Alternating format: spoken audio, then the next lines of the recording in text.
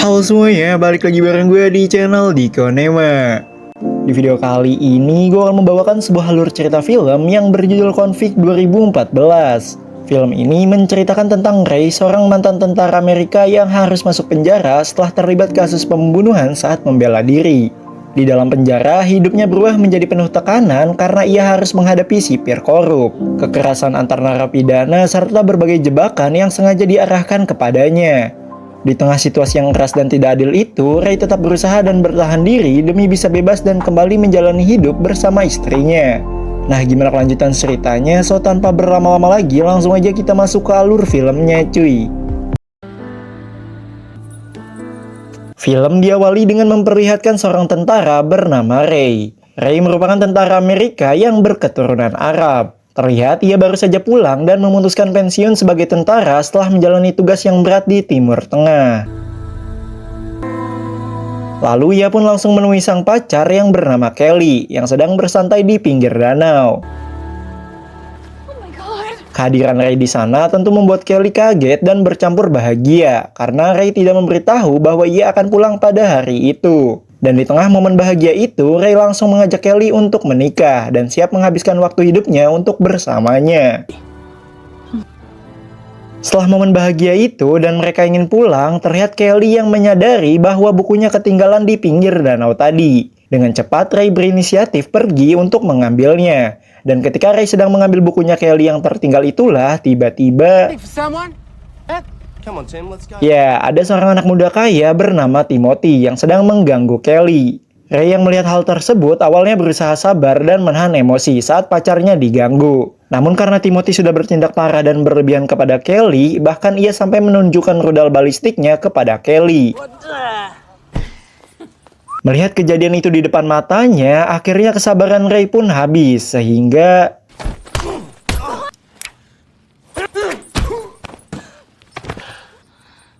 Ya, dalam perkelahian itu, Timothy pun tewas karena tertusuk pisaunya sendiri. Dan akibat kejadian itu, Ray pun harus mendapatkan tuntutan hukum. Tim, come on. Terlihat Ray sedang berkonsultasi dengan pengacaranya. Di sana sang pengacara menyarankan agar Ray sebaiknya mengaku saja kesalahannya. Karena itu akan meringankan hukumannya hingga 2-3 tahun masa tahanan. Namun jika menolak mengakuinya, maka Ray akan dihukum selama 8 tahun penjara. Plead not guilty and you lose 5 to 8 years. Mendengar tidak ada pilihan lain, akhirnya Ray pun menerima saran dari pengacaranya agar dia bisa lebih cepat bebas dan bisa menikahi Kelly setelah bebas dari penjara. I would. You have my word. Sementara itu di sisi lain terlihat ayahnya Timothy sangat dendam dengan kematian anak semata wayangnya itu. Lalu tak lama berselang melalui orang kepercayaannya ia pun berhasil mendapatkan identitas Ray yang tak sengaja membunuh anaknya kemarin. Dan ia juga diberitahu kemana Ray akan dipenjara nantinya. They're taking your boy. Singkat cerita, ayahnya Timothy menemui kepala penjara yang bernama Jack. Yang dimana Jack ini adalah temannya dulu saat ia muda. Dan ternyata Ray akan masuk ke dalam penjara yang dikelola oleh Jack ini. It's a long time. You always think your kids are going to outlive you. Setelah basa-basi itulah, terlihat bapaknya Timothy menyuap Jack dan memerintahkan agar tahanan baru yang bernama Ray disiksa. Dan ia ingin bagaimanapun caranya Ray harus terus dipenjara seumur hidupnya. Francis has come to this prison. Setelah kesepakatan itu dibuat, Jack langsung melibatkan 3 orang sipir penjara kotor andalannya. Dan di hari pertama Ray menginjakan kaki di penjara itu, ia pun langsung mendapatkan perilakuan buruk dari ketiga sipir tersebut. Keesokan harinya, Ray tidak sengaja menyenggol seorang tahanan bernama Tony. Hal itu membuat Tony sangat marah dan langsung menyerang Ray. Namun perkelahian itu berhenti saat tahanan lain bernama Megan ikut campur dan membela Ray. Hal itu dilakukan Megan karena dia dan Ray sama-sama keturunan Arab. Lalu Megan mengancam jika Tony dan gengnya berani menyentuh Ray lagi, maka ia dan gengnya akan membunuhnya. You attack one of my brothers and... Dan ternyata Megan adalah seorang ketua geng terkuat di penjara tersebut. Di mana dengan bisnis narkoba yang ia jalankan di luar penjara, Megan bisa menyogok petugas dan para tahanan lain untuk menjadi anak buahnya. Just a little misunderstanding. How about a month and a... Oke, lanjut kepada Ray yang ditugaskan di perpustakaan penjara untuk membantu seorang tahanan tua bernama David. David adalah tahanan yang dipenjara seumur hidup karena telah merampok dan membunuh 2 penjaga serta seorang polisi. Lalu David mengatakan bahwa sampai detik ini belum ada orang satupun berhasil menemukan uang rampoknya yang ia sembunyikan di suatu tempat. Menyadari bahwa David berbeda dengan tahanan lainnya, Ray pun mulai akrab dan berteman dengannya. Kemudian ketika Ray sedang berada di kamarnya itulah, tiba-tiba 3 orang sipir suruhan Jack ini datang dan menggeledah kamarnya. Lalu sang sipir yang bernama Rico menemukan ada foto pacarnya Ray. Kemudian ia menjilati foto itu sambil mengolok-ngolok kepada Ray. Ya, hal itu membuat Ray sangat emosi karena merasa sang pacar telah dilecehkan. Lalu Rico yang emang berniat membuat Ray emosi, ia lanjut menghajar Ray berkali-kali sehingga... But don't look back. Look at me when you Don't look back. Back. look at me. Ya, untungnya salah satu sipir yang bernama Victor menghentikannya karena menganggap si Rico ini udah kelewat batas. I'll stay with it. Kemudian saat Ray sedang mandi sore itulah, tiba-tiba seorang tahanan berbadan besar bernama Dogai menghampirinya. Di sana Dogai langsung to the point dengan mengatakan kepada Ray kalau dia menyukainya dan dia ingin Ray melamut rudal balistiknya. Mendengar itu, Ray yang merasa merinding langsung menghantamnya. Setelah menghajar Dogai hingga pingsan itulah, tiba-tiba... Ya, lagi dan lagi trio sipir itu datang dan kembali menghantam Ray hingga terkapar. Dan mereka membawa Ray untuk menghadap Jack. Di sana Ray menjelaskan kalau dirinya tidak bersalah. Namun Jack justru membela Dogai karena menurutnya setiap tahanan berhak mencicipi rudal balistiknya masing-masing. Lalu Jack yang kesal karena Ray tidak mau mendengarkannya langsung menyuruh Rico dan Fox untuk menghajar Ray kembali.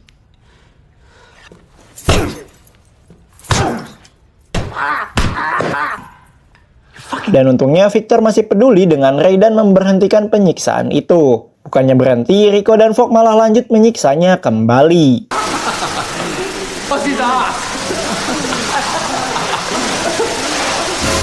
Lalu beberapa hari kemudian, terlihat Ray yang sedang dijenguk oleh Kelly. Namun saat mereka sedang asik kangen-kangenan itulah, tiba-tiba kedua sipir koplok itu datang lagi. Dan langsung menyudahi sesi jenguk yang padahal baru sebentar itu. What's going on?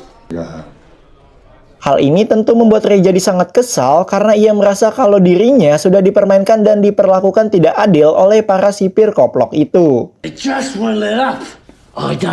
Sementara itu di luar terlihat Dogai sedang menghajar tahanan muda berusia 18 tahun yang bernama Hammer karena Hammer menolak menjadi pemuas birahinya.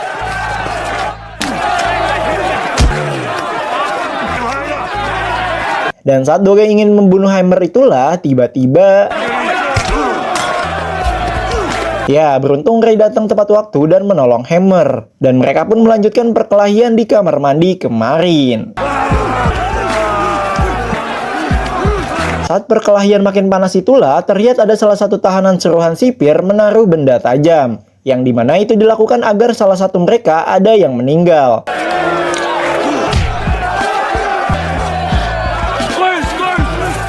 Dan untungnya salah satu sipir jujur bernama Williams datang tepat waktu dan segera merelai perkelahian itu. Melihat itu, Jack dan kedua sipir andalannya pun merasa kesal karena belum ada korban perkelahian sudah dipisahkan.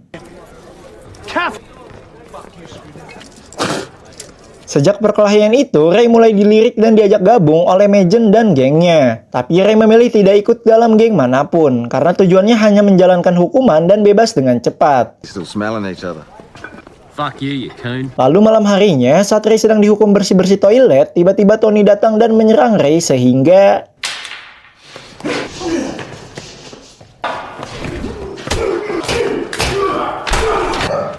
Don't get up. Tak lama berselang, Jack bersama 3 sipir andalannya pun datang dan langsung meringkus Ray. Dan ternyata ini adalah rencana mereka dengan menyuruh Tony menyerang Ray agar mereka selalu punya alasan untuk menyiksa dan membuat Ray tidak nyaman berada di penjara ini. Marshall, wouldn't it? Tak cuma menghajarnya, Jack bahkan menyiksa Ray dengan memasukkan tongkat ke dalam liang ee-nya.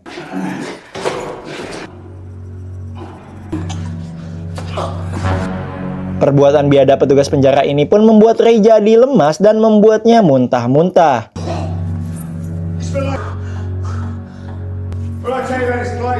Namun di suatu sisi Victor mulai tidak membenarkan perbuatan kedua rekannya itu. Dia menilai Rico dan Fox sudah sangat keterlaluan dalam menyiksa para tahanan. Ia pun kemudian mengancam dan akan melaporkan perbuatan kedua rekannya tersebut. That.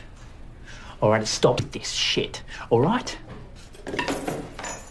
Kemudian Rico dan Fox yang menyadari ancaman Victor akan sangat berbahaya bagi mereka. Lantas mereka berdua langsung melaporkannya kepada Jack. Cold feet. Too harshly. Really? Mendengar itu, Jack pun tidak mau tahu karena ia sudah membayar mereka dan mereka harus menghentikan Victor. What do you want to do? Good. Kemudian Rico bersama Fox pun terlihat sedang menggeledah kamar tahanan yang bernama Max. Di sana mereka menemukan sebuah pisau yang disimpan Max di dalam bantalnya. Mengetahui Max menyimpan dan memiliki sebuah pisau, kedua sipir koplok itu akan menyiapkan sebuah rencana jahat buat Max. What are we going to do then? Fucking not. Dan benar saja, beberapa waktu kemudian saat Max sedang mengepel kamar mandi itulah tiba-tiba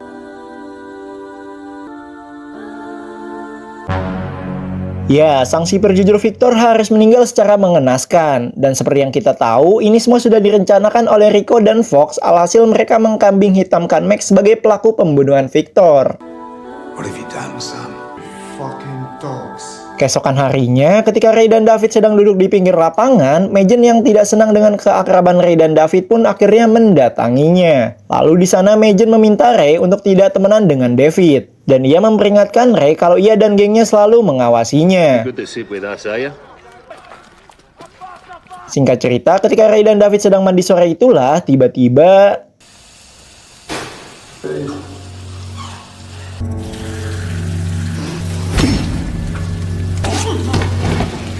ya, salah satu anak buah Megan datang dan menghabisi Tony, musuh Ray pertama kali. Lalu Ray yang ada di sana pun takut jika ia yang dituduh sebagai pelaku pembunuhan tersebut oleh anak buahnya Tony. Lalu ia pun bergegas menemui gengnya Tony. Had nothing to do with your boy. Di sana Ray menjelaskan jikalau ia bukanlah orang yang menghabisi Tony, melainkan anak buah dari gengnya Megan. Ray juga menegaskan kalau dirinya bukanlah bagian dari geng Megan atau geng manapun. I didn't kill anyone. You man. I don't know, like, believe what you want. Dan tanpa diduga, Megan yang melihat pertemuan Ray dan anak buahnya Tony pun lantas langsung memanggil Ray ke kamarnya. Mazen wants to see you when he's been waiting.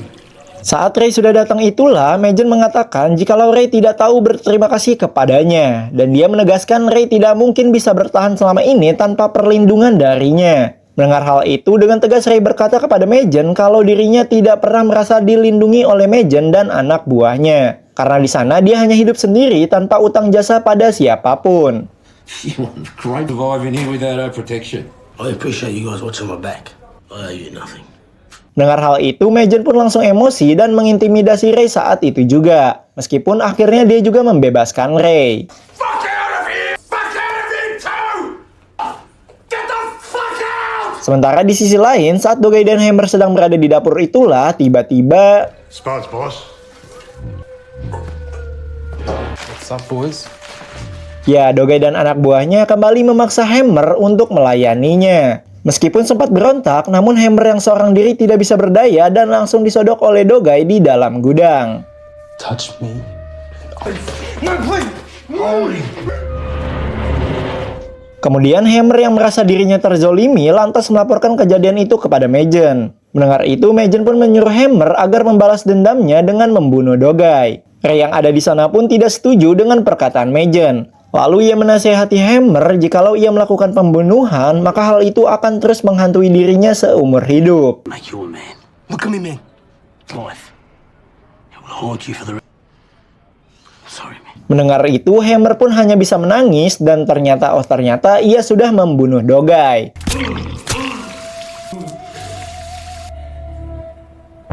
Singkat cerita, Kelly kembali datang untuk menjenguk Ray sang pacar. Namun kali ini si Rico yang birahi memaksanya untuk melepaskan semua pakaiannya dengan alasan pemeriksaan. Always do that and come back later. Well, anything in when I'm in a close. Setelah lama berpikir, Kelly pun akhirnya menuruti perintah si Rico tersebut demi bertemu dengan Ray. Dan si koplok Rico pun akhirnya berhasil mencicipi wanginya apem Kelly yang sangat harum itu. You smell nice. Lalu mereka berdua pun menemui Ray dan benar sekali, Rico Plok ini langsung mengolok-ngolok Ray dengan berkata kalau dia baru aja melihat apem pacarnya. Bahkan ia menunjukkan foto Kelly yang tanpa berbusana itu untuk meyakinkan Ray.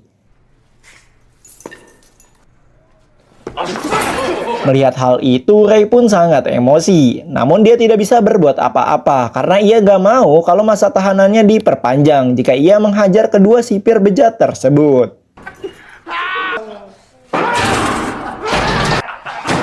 Kemudian ketika Ray bertemu dengan pacarnya itu, ia pun terlihat sangat kecewa atas kejadian tadi. What are your eyes off? Object to that. Ray, I did it so I could. How many times have you... Namun tak lama kemudian, keduanya pun berdamai dan saling memahami keadaan saat ini. Just fucking please. I love you, okay? Lalu besoknya terlihat Rico Plok dan Fogg menemui Ray yang sedang ngobrol bersama David. Dan mereka pun membawa Ray ke sebuah bengkel. What now? Ya, dan ternyata di dalam bengkel itu sudah ada Majen. Lalu Majen mencoba menyulut emosi Ray dengan mengancam kalau dia akan membunuh temannya David dan pacarnya Kelly. Mendengar ancaman itu, Ray pun jadi sangat emosi, sehingga... Hit him on the fucking face. Come here. And again.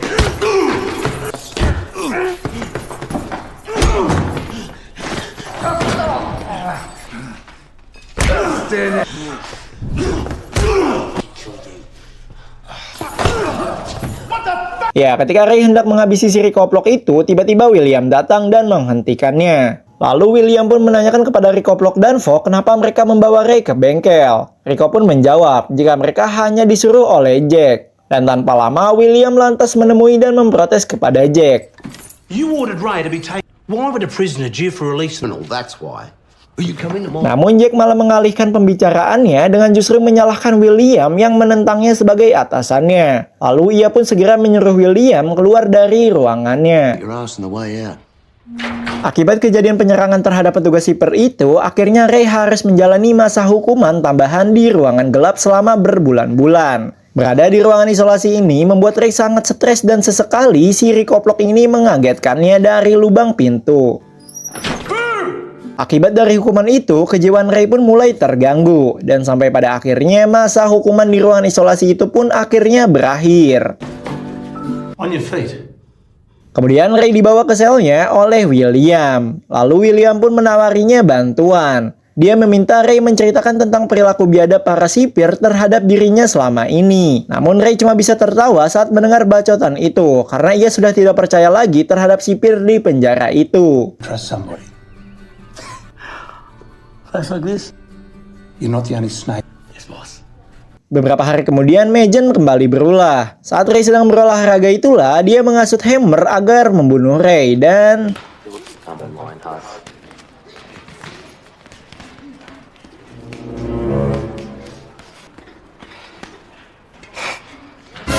Ya, Hammer yang masih takut pun tidak jadi menyerang Ray. Dan karena Hammer mengurungkan niat jahatnya itu, Majen yang marah justru menghabisi Hammer di kamarnya.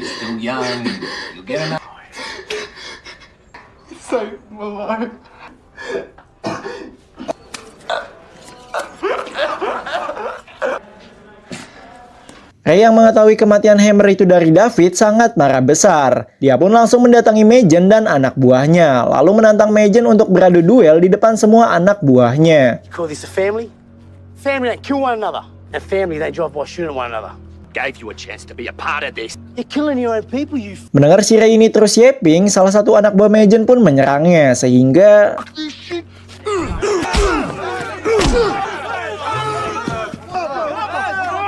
Ya, dengan sangat mudah Ray pun berhasil mengalahkannya. Lalu saat kondisi semakin panas inilah, William yang ingin merelai perkelahian tersebut malah diancam oleh Jack. Dan ia pun tidak bisa berbuat apa-apa. No one intervened. Pertarungan pun berlanjut. Ray yang sudah berhasil mengalahkan anak buahnya Majen pun menantang kembali Majen untuk duel 1 vs 1. Dan karena Majen semakin terpojok itulah, akhirnya ia pun menerima tantangan itu. Sehingga...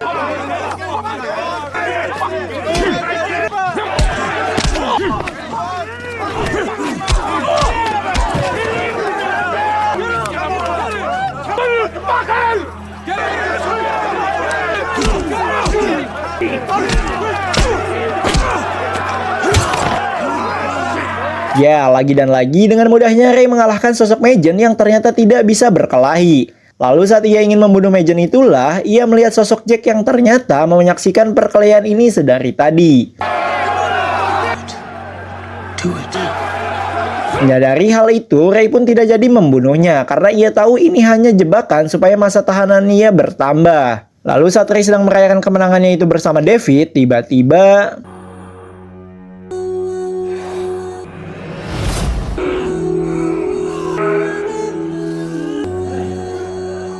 ya, Majen yang bukannya tobat sehabis kalah itu, ia malah mengambil pisau dan menusuk Ray. Untung saja ada David yang berkorban untuk Ray. Dan saat itu jugalah anak buah dari almarhum Tony yang masih memiliki dendam pun langsung menghabisi Majen. Akibat kejadian itu, Ray pun diamankan oleh William dan dibawa untuk menghadap Jack. Di sana, Ray kemudian bertanya kenapa hanya dirinya yang disiksa selama berada di penjara tersebut. Padahal ia hanya ingin menjalani hukumannya dan tidak ingin membuat masalah. Mendengar pernyataan Ray seperti itu, dengan tengilnya Jack pun mulai membacot kalau itu dimulai karena masalah pribadinya Ray, di mana ia telah disuap oleh ayahnya Timothy agar Ray tidak bisa hidup dengan tenang di penjara ini. Lalu Jack juga bilang kalau dirinya adalah penguasa dan dia akan pastikan Ray tidak bisa keluar dari penjara tersebut. Setelah mendengar kesombongan Jack itu, tanpa diduga-duga ternyata Ray telah merekam semua kebusukan si blekekuk Jack ini. Dan ternyata ponsel itu rupanya sudah terhubung dengan William yang ada di luar bersama petugas lainnya.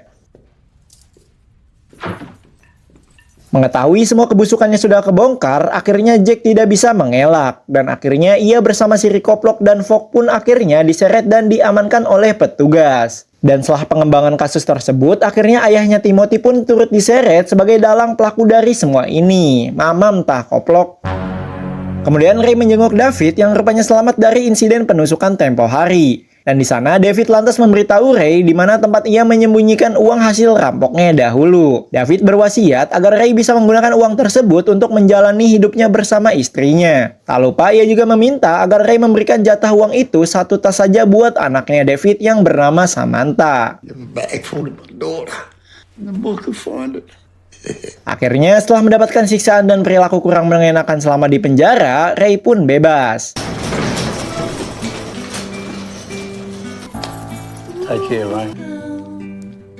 Setelah itu ia bersama istrinya Kelly mendatangi rumah Samantha anaknya David dan memberikan 1 tas uang buatnya sesuai dengan pesan dari sahabatnya itu. Ray juga menyampaikan pesan kepada Samantha kalau ayahnya sangat rindu kepadanya dan dia berharap agar sesekali Samantha menjenguk ayahnya di penjara. Dan film pun tamat. So, jadi itulah keseluruhan alur filmnya cuy. Gimana menurut kalian, seru nggak filmnya? Oh ya, dan kalau kalian suka sama video ini, jangan lupa untuk subscribe, like, dan share ya, supaya gue makin semangat ngasih alur cerita untuk menemani makan kalian. Burung pipit makan pepaya, gue Diko izin pamit dan sampai jumpa di video selanjutnya.